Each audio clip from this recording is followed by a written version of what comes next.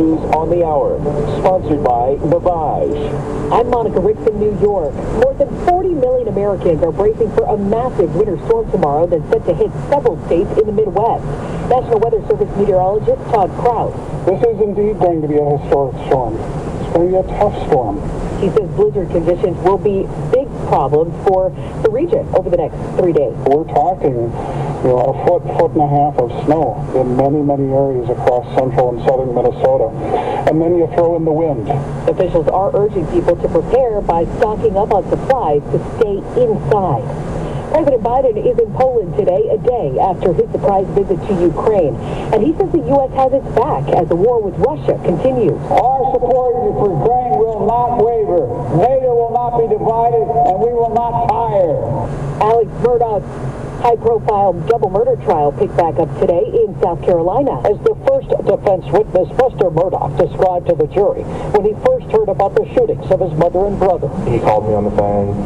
He asked me if I was sitting down, and I was like, yeah. And then he told me that my mom and brother had been shot. Alex Murdaugh is also facing dozens of charges related to drugs and financial crimes. Jim Krasula, CBS News. Mexico's former public security chief, Genaro Garcia Luna, has been convicted here in the U.S. He was found guilty of taking millions of dollars in bribes from the violent drug cartels he was meant to be pursuing.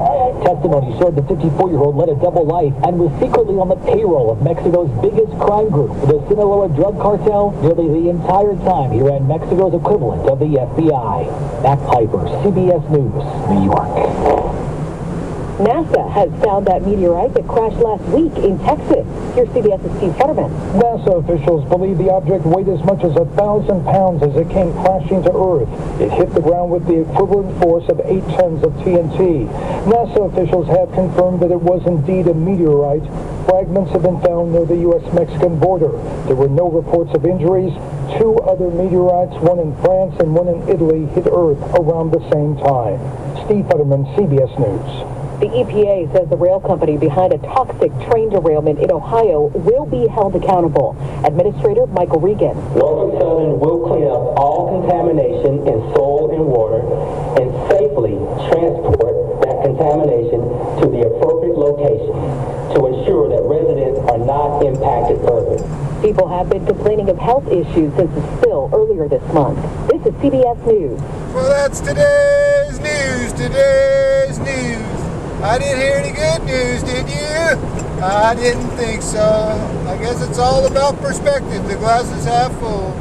Well, as always, I'd like to thank you again for coming along with me on these dash cam adventures. You know the drill. Peace, love, and all that hippie jazz. Bye-bye, everybody.